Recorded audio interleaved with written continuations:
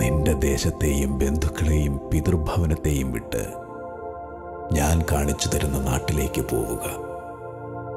ഞാൻ നിന്നെ വലിയൊരു ജനതയാക്കും.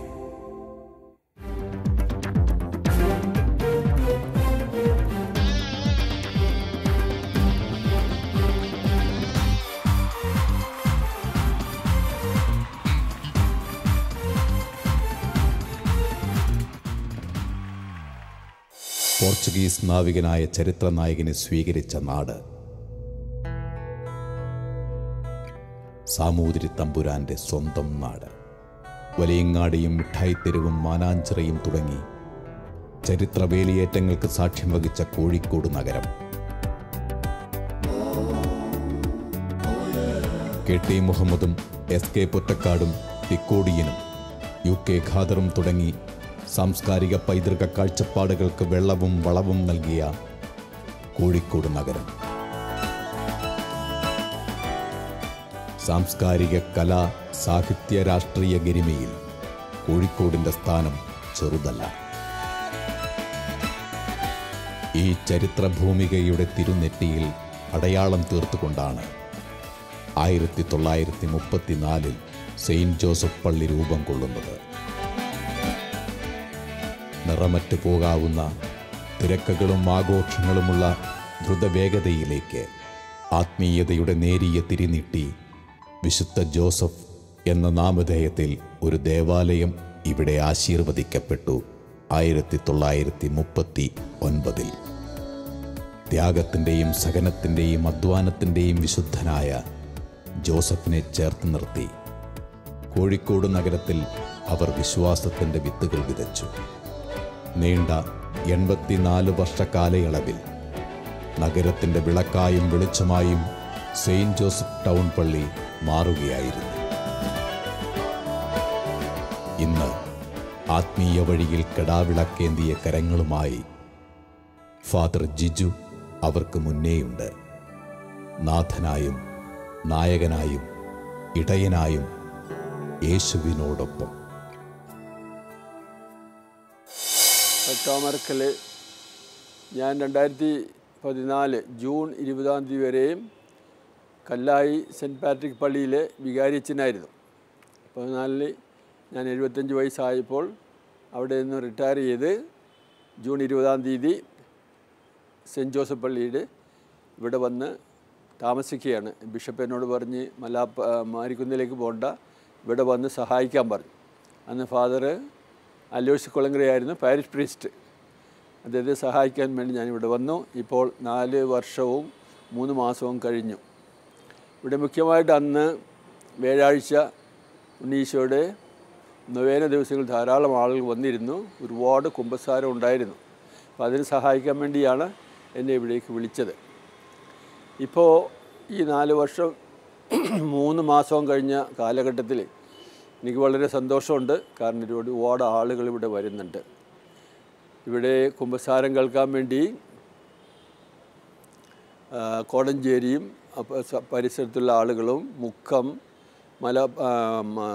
മലപ്പുറം പെരിന്തൽമണ്ണ ഭാഗങ്ങളിലുള്ള ആളുകൾ കോഴിക്കോട് ബിസിനസ്സിന് വേണ്ടി വരുമ്പോൾ ഈ പള്ളിയിൽ വരികയും പ്രാർത്ഥിക്കുകയും അവരുടെ കുമ്പസാരം നടത്തി പോകാറുണ്ട്. അത് അവരുടെ സമയത്താണ്. ചിലപ്പോൾ ഉച്ചയ്ക്ക് വരും, ചിലപ്പോൾ 2 മണിക്ക് വരും, അങ്ങനെയൊക്കെയാണ്. സാധാരണഗതിയിൽ വികാരിയച്ഛന്മാരെ കുർബാന കഴിഞ്ഞാൽ പിന്നെ കുമ്പസാരിക്കാൻ ഇരിക്കില്ല. അപ്പോൾ ഞാനിവിടെ ഉണ്ടാവും, അതുകൊണ്ട് ഇവിടെ വരുന്നു. അങ്ങനെ ധാരാളം കുമ്പസാരങ്ങൾ ഇടദിവസങ്ങളിലും അതുപോലെ തന്നെ വ്യാഴാഴ്ച ധാരാളം ഉണ്ട് ഇവിടെ ഈ നൊവേന നടക്കുന്നുണ്ട്. പിന്നെ കാലത്തെ കുർബാന കഴിഞ്ഞിട്ട് ഞാൻ ഒരു 8:15 വരെയും പള്ളിയിൽ തന്നെ ആയിരിക്കും. കാരണം റിട്ടയർ ലൈഫ് ആയതുകൊണ്ട് തിരക്ക് പിടിച്ച് പോകില്ല.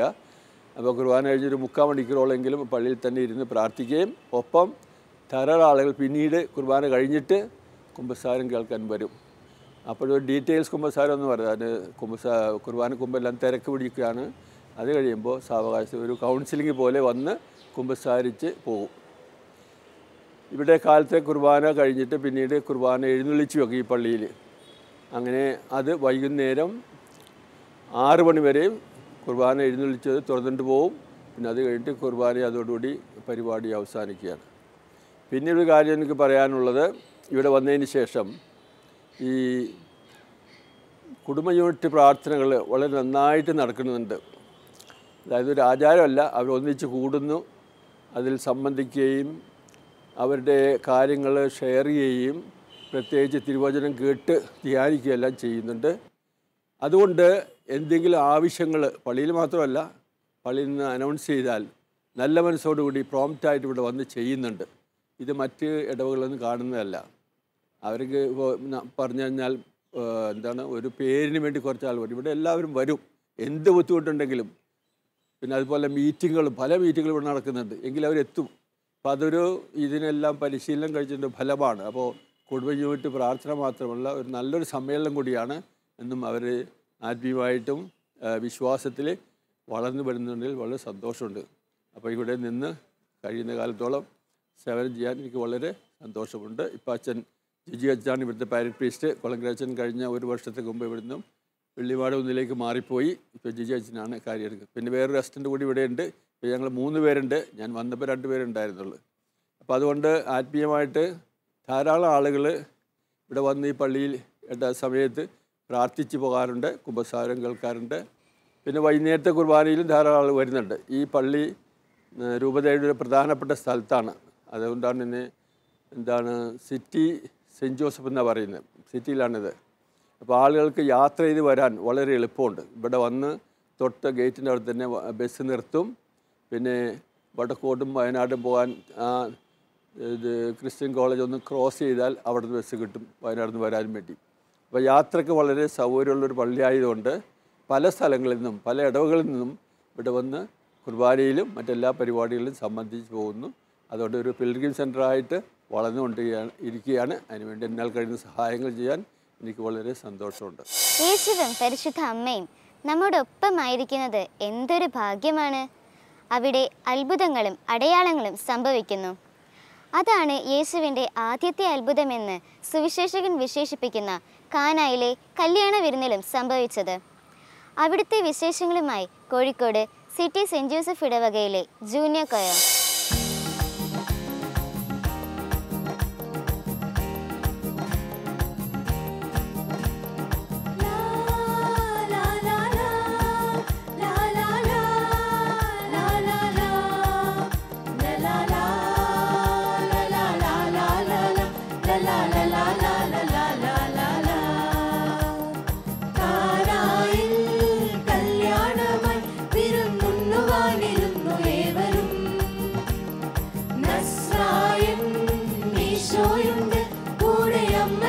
ശിഷ്യരുമുണ്ട്.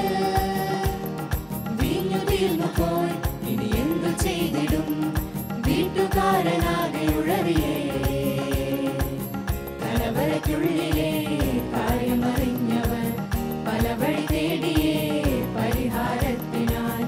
അതിഥികളോട് നമ്മൾ എന്തു ചൊല്ലിടും, അവരുടെ നേരെ നമ്മൾ എങ്ങനെ നോക്കും. ഇത് ശാപമെന്ന് ചൊല്ലുമേ വരും. കാനായിൽ കല്യാണമായി വിരുന്നുണ്ണുവാനിരുന്നു ഏവരും. നസ്രായൻ ഈശോയുണ്ട്, കൂടെ അമ്മയുണ്ട്, ശിഷ്യരുമുണ്ട്.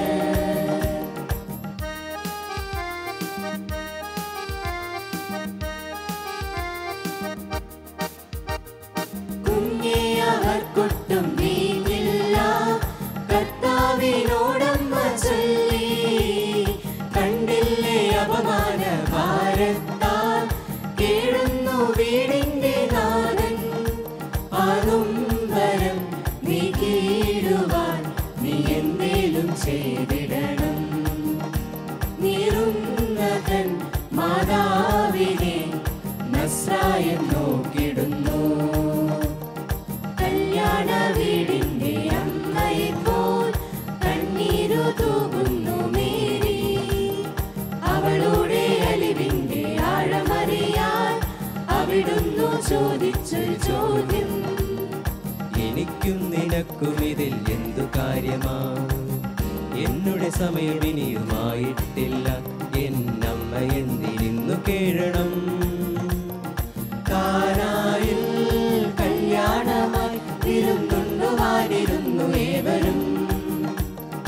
നസ്രായൻ ഈശോയുണ്ട്, കൂടെ കൂടെ അമ്മയുണ്ട്, ശിഷ്യരുമുണ്ട്.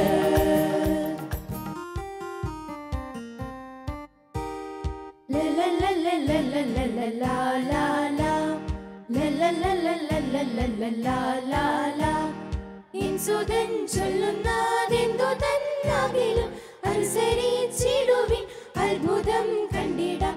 മേരി തൻ വാക്കുകൾ കേട്ടതേ വീട്ടുകാർ യേശുവിൻ ആജ്ഞയെ അനുസരിക്കാനെത്തി.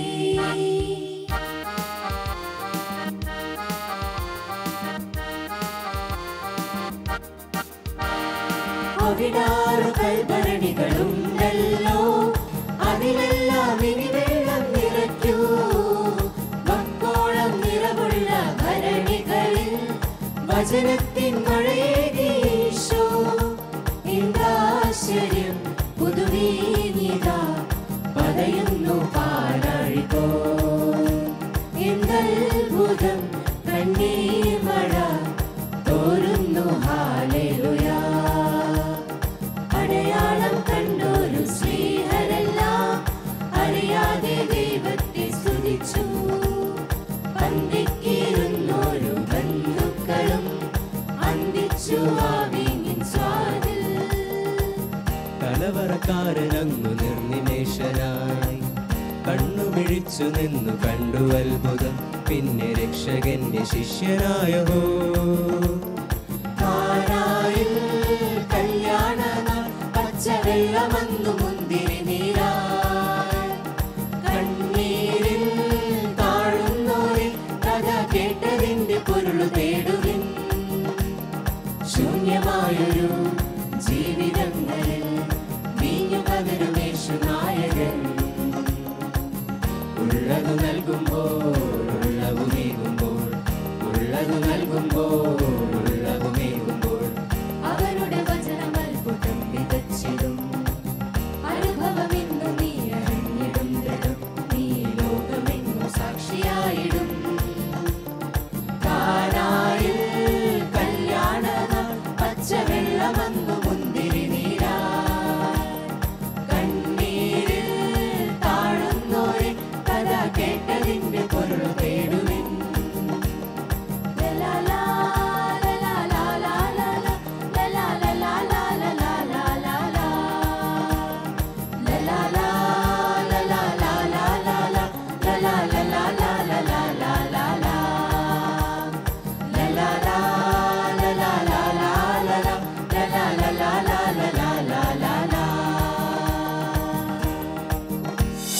കോഴിക്കോട് സിറ്റി സെൻറ്റ് ജോസഫ് ദേവാലയത്തിലെ മാതൃസംഘടനാ അംഗങ്ങളാണ് ഞങ്ങൾ.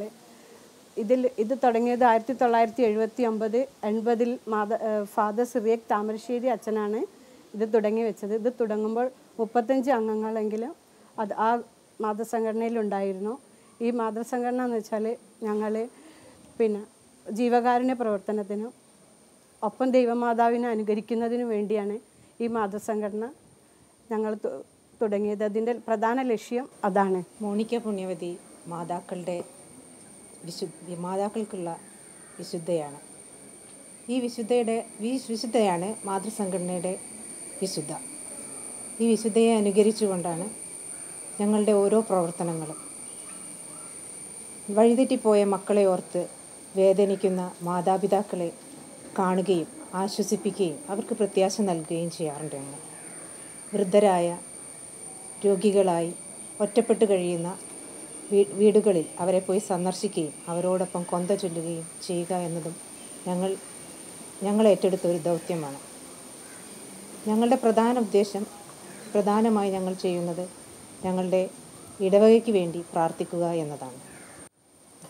ഇടവകയുടെ എല്ലാ പ്രവർത്തനങ്ങളിലും പ്രത്യേകമായിട്ട് മേഖലയിലും രൂപതാ തലത്തിലും ഞങ്ങളുടെ സജീവ പങ്കാളിത്തം ഞങ്ങൾ ഉറപ്പുവരുത്തുന്നുണ്ട്.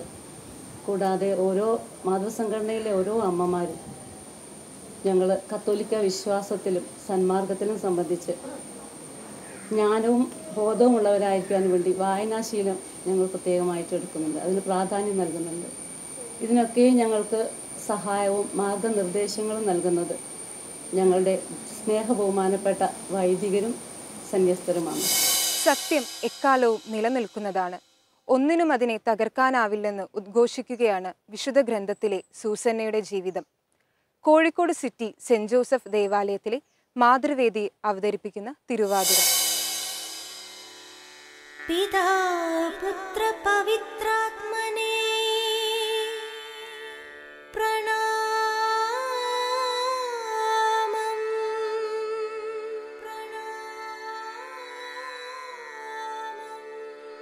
പിതാ പുത്ര പവിത്രാത്മനേ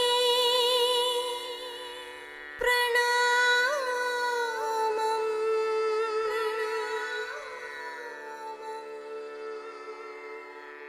പിതാ പുത്ര പവിത്രാത്മനേ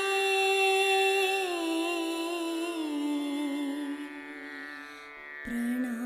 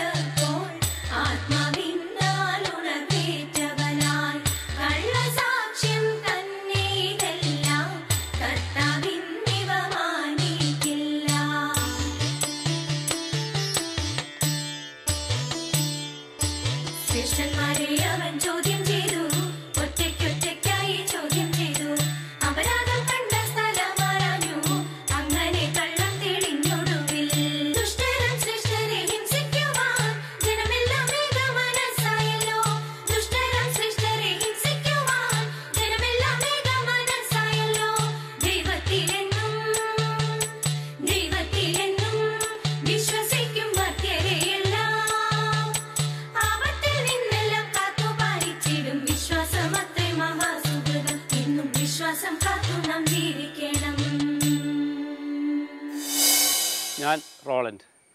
സെൻറ്റ് ജോസഫ് പാരിഷ് കൗൺസിൽ സെക്രട്ടറിയായി സേവനമനുഷ്ഠിക്കാൻ തുടങ്ങിയിട്ട് ഏകദേശം 4 വർഷമായി.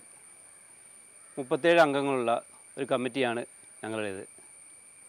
ഞങ്ങളുടെ പ്രസിഡൻറ്റ് ഫാദർ ജിജു അച്ഛനാണ്. കൊച്ചച്ഛനായ കുര്യാക്കോസ് അച്ഛനും ടോമച്ചനും ഞങ്ങൾക്ക് എല്ലാ നേതൃത്വവും നൽകുന്നു. എല്ലാ വർഷവും മാർച്ച് 19 ഞങ്ങൾ ഊട്ടുനേർച്ച നടത്താറുണ്ട്. ഏകദേശം 10,000 പേർക്കുള്ള ഊട്ടുതിരുന്നാളാണ് ഞങ്ങൾ നടത്താറുള്ളത്. മാസത്തിലൊരിക്കൽ പാരിഷ് കൗൺസിൽ മീറ്റിംഗ് നടത്താറുണ്ട്. എല്ലാ വർഷവും ഫാൻസി ഫെറ്റും അതിൽ നിന്ന് കിട്ടുന്ന വരുമാനം ഞങ്ങൾ കാരുണ്യ പ്രവർത്തനത്തിന് വേണ്ടിയാണ് ചെലവാക്കാറുള്ളത്. ഔസേപ്പിതാവിൻ്റെ നാമത്തിലുള്ള ഈ ദേവാലയത്തിൽ ഞങ്ങളെല്ലാവരും ജീവിതത്തിൻ്റെ നേതൃത്വത്തിൽ ഒറ്റക്കെട്ടായി മുന്നേറും. The family is one of nature's greatest masterpieces. Here's a family band, Elhans, to send hymns to the heaven with their beautiful voices. Up next is a wonderful song by Mr. Laju and his family.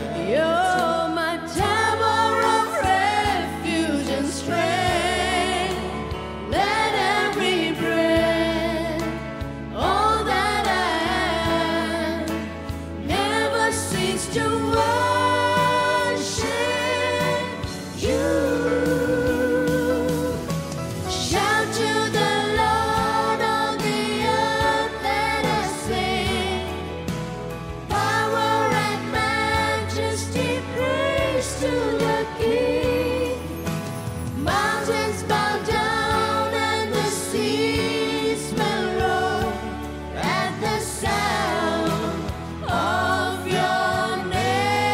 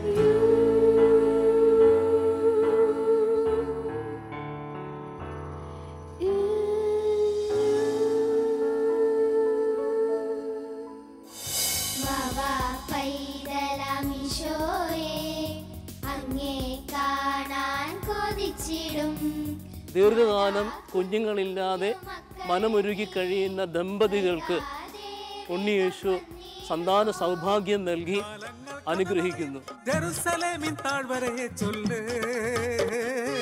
നന്മയുള്ള ദേശത്തെ മേറാറി വീട്ടിലെ ജുഡിത്ത വിധവയെ കാണാറുണ്ടോ? ഒരു നാളും പിരിയാത്ത ദിവ്യ സ്നേഹമാണ്